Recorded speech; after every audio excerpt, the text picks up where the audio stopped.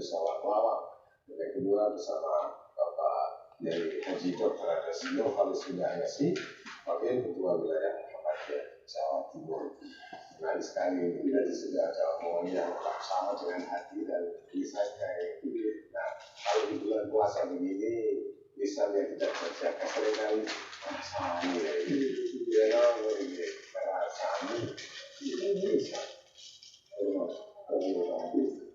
dalam sebuah hadis kata Nabi, surga itu merindukan, ada 4 orang yang dirindukan oleh surga.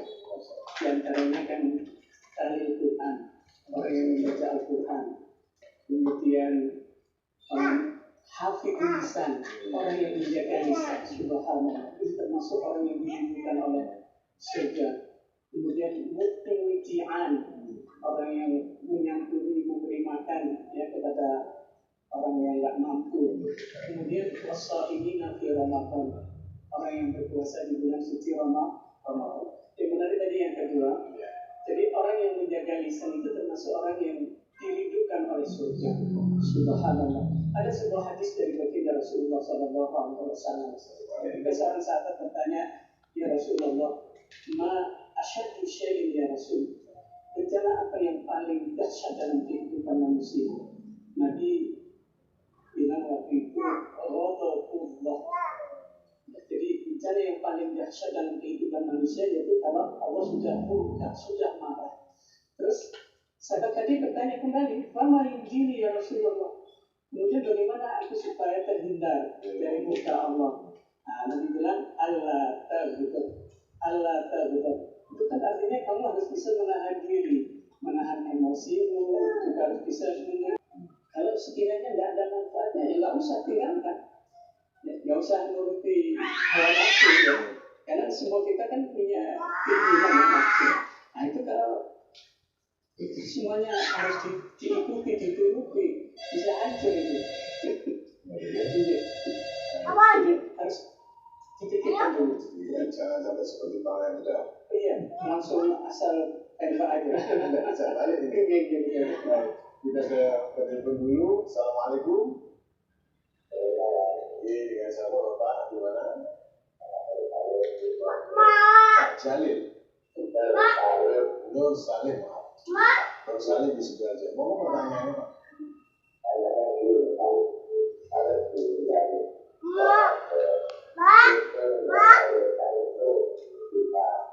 Apa yang keluar dari mulut manusia itulah isi hatinya.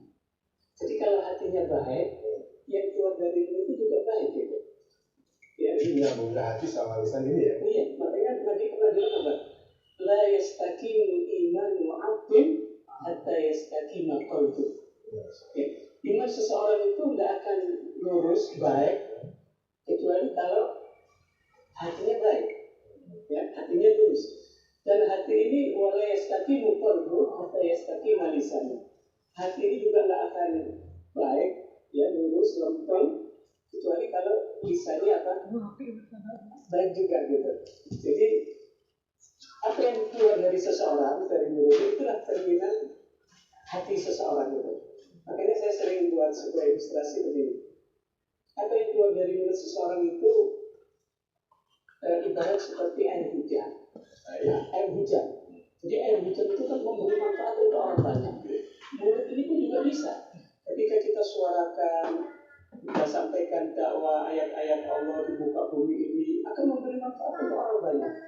Dan mulut ini juga bisa menjadi mata air. Jadi nggak perlu kesana kemana-mana, tapi cukup berada di tempat seperti mata air, orang datang ngambil air ya. Demikian juga dengan dari mulut seseorang yang keluar, dia nggak perlu kemana-mana, tapi dia cukup di tempat di rumahnya, dia didengar fatwanya, didengar fatwanya, nasihatnya, petunjuknya, ya. Jadi orang banyak mengambil istifadah, mengambil manfaat.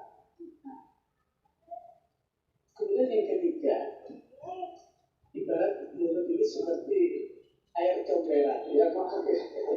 Jadi ini yang itu tergantung hatinya, karena air comberan semua kita tahu. Jadi yang keluar itu celaan, caci makian, mungkin juga berupa keluh kesah, mungkin juga yang sifatnya dendam, mungkin juga memprovokasi orang untuk berbuat tidak baik gitu. Nah, inilah yang mungkin juga yang semuanya serba negatif lah. Dan itu semuanya ada tertuang di dalam surat Al-Baqarah ayat 11 ayat 12 itu Allah menceritakan orang-orang yang mulai berzalimun, mereka orang-orang yang telah berbuat zalim, aniaya. Siapa saja mereka itu ada di dalam surat Al-Hujurat yang kata Allah, la yaskhar qaumun qaumin, jangan sampai di antara kalian ada yang mencela, kemudian mengolok-olok, maaf ya, kemudian wala talmizu anfusakum, ini mencela, kemudian wala tanabasutu, orang menyebut gelaran yang tidak baik kepada seseorang, kemudian ini apa itu suudon, masuk TV ya? bukan, berburuk sangka kepada orang, ya, prasangka. Kemudian selanjutnya Allah bilang apa itu, tajassasu, memata-matai. Dan yang terakhir Allah menyebut wala yaghtab, mengunjing. Mereka itulah perilaku-perilaku yang mereka itulah orang yang berbahagia kemudian menunjukkan apakah itu orang berbuat baik atau buruk, ngomong jelek atau ngomong bagus, luar biasa. Kadang-kadang kita tidak sadar bahwa itu sama hatinya yang Jadi sebenarnya di dalam surat Ar-Rahman itu ada ayat keempat ketika Allah setelah menyebut Ar-Rahman, Allamal Quran, Khalaqal Insan, kemudian berikutnya Allamahul Bayan. Artinya Allah telah mengajarkan kepada manusia bagaimana manusia itu berkomunikasi. Al-Bayan itu artinya berkomunikasi. Tadi sudah dijelaskan oleh Pak Yai. Pertama harus dengan kaulan sadida, berkomunikasi terus dengan yang jujur ya. Kemudian beliau juga menyebut dengan kaulan ma'rufah, dengan ucapan perkataan yang baik. Kalau boleh saya tambahin lagi ada kaulan layyina. Kaulan layyina itu komunikasi itu harus dengan bahasa yang lemah lembut ya. Kemudian ada kaulan maisur dengan bahasa yang mudah, yang langsung bisa dicerna. Yang maisur itu ada semuanya di dalam Al-Quran. Tadi Pak Yai sudah menyebut ada 6, jadi sudah 4 ya. Sadida, ma'rufah, layinan, maisur, kemudian kaulan baligh. Baligh itu kalau ngomong itu harus yang jelas gitu. Jadi mengenai sasaran langsung, jadi nggak usah ngomong pakai berbelit-belit apa. Umumnya nanti ya di situ juga boleh. Terus yang terakhir kaulan karimah. Yang terakhir itu kaulan karimah. Masyaallah. Iya, ada bisa jadi cari utang.